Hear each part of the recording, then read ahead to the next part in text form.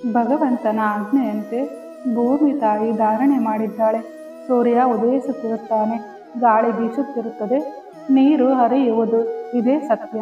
ಈ ಸತ್ಯ ಇಂದಿದ್ದು ನಾಳೆ ಹೋಗುವಂಥದ್ದಲ್ಲ. ನಿಮ್ಮ ಜೀವನದಲ್ಲಿ ಏನೇ ಆಗಿದ್ದರೂ ಅದನ್ನು ಸರಿಪಡಿಸಲು ಸಾಧ್ಯವಿಲ್ಲ.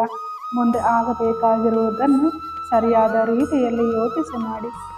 ಮನುಷ್ಯನು ಸಂಚಿತ ಕರ್ಮ, ಪ್ರಾರಬ್ಧ ಕರ್ಮ, ಆಗಾಮಿ ಕರ್ಮ ಎಂಬ ಕರ್ಮ ಬಂಧನದಲ್ಲಿ ಸಿಕ್ಕಿಕೊಂಡಿರುತ್ತಾನೆ. ಪ್ರಾರಬ್ಧ ಕರ್ಮ ಇದು ಸಂಚಿತ ಕರ್ಮದ ಒಂದು ಭಾಗ. ಇದು ಈ ಜನ್ಮದಲ್ಲಿ ಫಲ ನೀಡುತ್ತದೆ. ಇದು ನಮ್ಮ ಭವಿಷ್ಯಕ್ಕೆ ಕಾರಣವಾಗುತ್ತದೆ.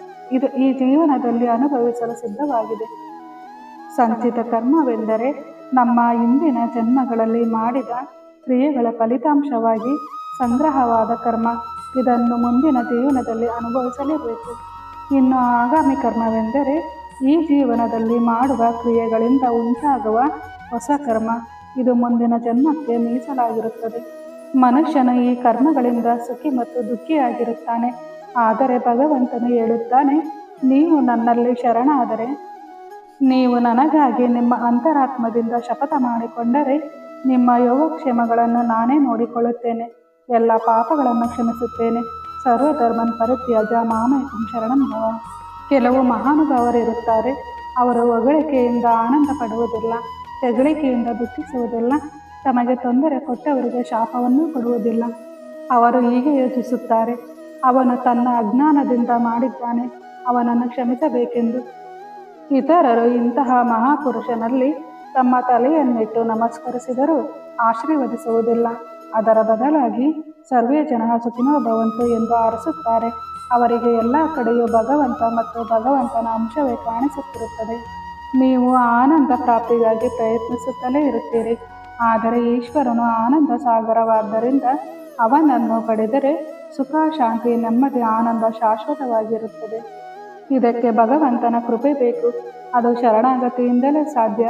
ಈ ಜಗತ್ತಿನಲ್ಲಿ ಎಲ್ಲ ಕಡೆಯಿಂದ ಬ್ರಹ್ಮಲೋಕದವರೆಗೆ ಮಾಯೆ ಹರಡಿದೆ. ನಾವು ಮಾಯೆಗೆ ಬೆನ್ನು ಹಾಕಿ ಕೂಡಬೇಕು. ಆಗ ನಮಗೆ ಬರುವ ದುಃಖ ದೂರವಾಗಿ ಬಿಡುತ್ತದೆ. ಭಗವಂತನ ಮೇಲೆ ಭಕ್ತಿ ಮಾಡಲು ಸಮಯ, ಸ್ಥಳ ಹುಡುಕುವ ಅವಶ್ಯಕತೆ ಇಲ್ಲ. ಅದಕ್ಕೆ ಬ್ರಾಹ್ಮಿ ಮುಹೂರ್ತವು ಬೇಕೆಂದಿಲ್ಲ. ಭಕ್ತಿಯ ಭಾಷೆಯಾಗಲಿ ಸ್ಥಳವನ್ನಾಗಲಿ ಭಗವಂತನು ನೋಡುವುದಿಲ್ಲ. ಆ ಭಕ್ತಿ ಹೃದಯದಿಂದ ಬರುತ್ತಿದೆಯೋ ಎಂದಷ್ಟೇ ನೋಡುತ್ತಾನೆ. ಅಂತಃಕರಣ ಶುದ್ಧಿ ಇಲ್ಲದೆ ಮಾಡಿದ ಪಾಪಗಳಿಗೆ ಯಜ್ಞ, ಯಾಗಾದಿಗಳೆಂಬ ಉಪಾಯಗಳಿವೆ. ಆದರೆ ಮಾಡುವವರು, ಮಾಡಿಸಿಕೊಳ್ಳುವವರು ಶುದ್ಧತೆಯು ತುಂಬ ಮುಖ್ಯ. ಯಜ್ಞದಿಂದ ಗೋಹತ್ಯೆಯ ಪಾಪವನ್ನು ಶಮನ ಮಾಡಬಹುದು. ಶಮನ ಮಾಡಿ ಮತ್ತೆ ಗೋಹತ್ಯೆ ಮಾಡಿದರೆ ಭಗವಂತ ಎಂದಿಗೂ ಕ್ಷಮಿಸಲಾರ. ಅಹಂಕಾರವಿದ್ದಲ್ಲಿ ಭಗವಂತ ವಿಮುಖನಾಗಿ ಕುಳಿತಿರುತ್ತಾನೆ. ನಿಮ್ಮಲ್ಲಿ ಶರಣಾಗತಿಯ ದೀನತೆಯಿಂದ ಅವನು ಓಡೋಡಿ ಬರುತ್ತಾನೆ. ಅಹಂಕಾರವೇ ನಮ್ಮ ಮತ್ತು ಭಗವಂತನ ಮಧ್ಯೆ ಇರುವ ಗೋಡೆಯಾಗಿದೆ. ಒಬ್ಬ ತಂದೆ ತನ್ನ ಮಗನನ್ನು ಎಲ್ಲ ರೀತಿಯಲ್ಲೂ ನಾನು ನೋಡಿದ್ದೇನೆ ಎಂದು ಹೇಳಲಾಗುವುದಿಲ್ಲ. ಆದರೆ ಭಗವಂತನು ತನ್ನ ಆತ್ಮೀಯ ಶಿಷ್ಯನನ್ನು, ಶರಣಾದವನನ್ನು ಎಲ್ಲ ರೀತಿಯಿಂದಲೂ ನೋಡಬಲ್ಲ. ನಮ್ಮ ಹೃದಯದ ಒಳಗಿನಿಂದ ಮತ್ತು ಹೊರಗಿನಿಂದ. ಕೃಷ್ಣನ ರಾಸಲೀಲೆಯಲ್ಲಿ ಗೋಪಿಕೆಯರು ತಮಗೆ ಗಂಡನಿದ್ದು ಕೃಷ್ಣನನ್ನು ಪ್ರೀತಿಸಿದರು. ಆದರೂ ಗೋಪಿಕೆಯರಿಗೂ ಕೃಷ್ಣನಿಗೂ ಯಾವ ಪಾಪವೂ ತಟ್ಟಿಲ್ಲ. ಆದ್ದರಿಂದ ಸಾಕ್ಷಾತ್ ಬ್ರಹ್ಮನೇ ಗೋಪಿಕೆಯರು ಓಡಾಡಿದ ಮದುವೆಯಲ್ಲಿ ಒಂದು ಪ್ರಾಣಿ, ಪಕ್ಷಿ ಮತ್ತು ಗಿಡವಾಗಿ ಹುಟ್ಟಲು ಪ್ರಯತ್ನಿಸಿದ. ಕಾರಣವೇನೆಂದರೆ ಗೋಪಿಕೆಯರ ಕಾಲಧೂಳು ನನಗೆ ಒಲಿಯಲಿ ಎಂದು. ಭಗವಂತ ಮತ್ತು ಭಕ್ತನ ಮಧ್ಯೆ ಇರುವ ಪ್ರೇಮವೇ ಅಂಥದ್ದು. ದುರ್ಬುದ್ಧಿಯಿಂದ ಕೂಡಿದ ಮನುಷ್ಯನ ಸಂಶಯಗಳನ್ನು ನಿವಾರಿಸುವುದು ತುಂಬ ಅವಶ್ಯಕ. ಒಂದು ಬಯಕೆ ಈಡೇರಿತೆಂದರೆ ಇನ್ನೊಂದು ಬಯಕೆ ತಲೆ ಎತ್ತಿ ನಿಲ್ಲುತ್ತದೆ. ಆಸೆಗಳಿಗೆ ಕಡಿವಾಣವೇ ಇಲ್ಲ. ಕುದುರೆಯಂತೆ ನೀವು ಸಂಪೂರ್ಣವಾಗಿ ಶರಣಾಗುವುದು ಬ್ರಹ್ಮಾಂಡದ ಅಧಿಪತಿ, ಈ ಸೃಷ್ಟಿಯ ಯಜಮಾನನಾದ ದೇವೋತ್ತಮ ಪರಮಪುರುಷನಿಗೆ. ಆ ನಮ್ಮ ದೇವರು ಐಶ್ವರ್ಯ, ಸುಖ, ಸಂತೋಷ ಎಲ್ಲದಕ್ಕೂ ಅಧಿಪತಿಯಾಗಿದ್ದಾನೆ.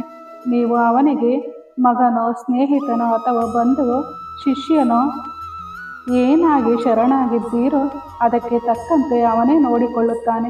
ನಿಮ್ಮ ಹೃದಯದ ಬಯಕೆ, ಆಸೆ, ಸುಖ, ದುಃಖಗಳು ಅವನಿಗೆ ತಿಳಿದಿರುತ್ತದೆ. ನಂಬಿಕೆಯಿಂದ ಇರಿ. ನಾವು ಕಷ್ಟಪಡುತ್ತಿದ್ದೇವೆ ಎನ್ನುವುದು ಭಗವಂತನು ನೋಡುತ್ತಿರುತ್ತಾನೆ. ಅದಕ್ಕೆ ಪ್ರತಿಫಲ, ಸಮಯ, ಸಂದರ್ಭ ನೋಡಿ ನೀಡುತ್ತಿರುತ್ತಾನೆ. ಅನಗತ್ಯವಾದ ಒಡನಾಟ ಯಾರೊಂದಿಗೂ ಒಳ್ಳೆಯದಲ್ಲ. ಯಾಕೆಂದರೆ ಅವರ ಸ್ವಭಾವಕ್ಕೆ ತಕ್ಕ ಹಾಗೆ ನಾವಿಲ್ಲದಿದ್ದರೆ ನಮ್ಮನ್ನು ಕೆಟ್ಟವರೆಂದು ಭಾವಿಸಿಬಿಡುತ್ತಾರೆ.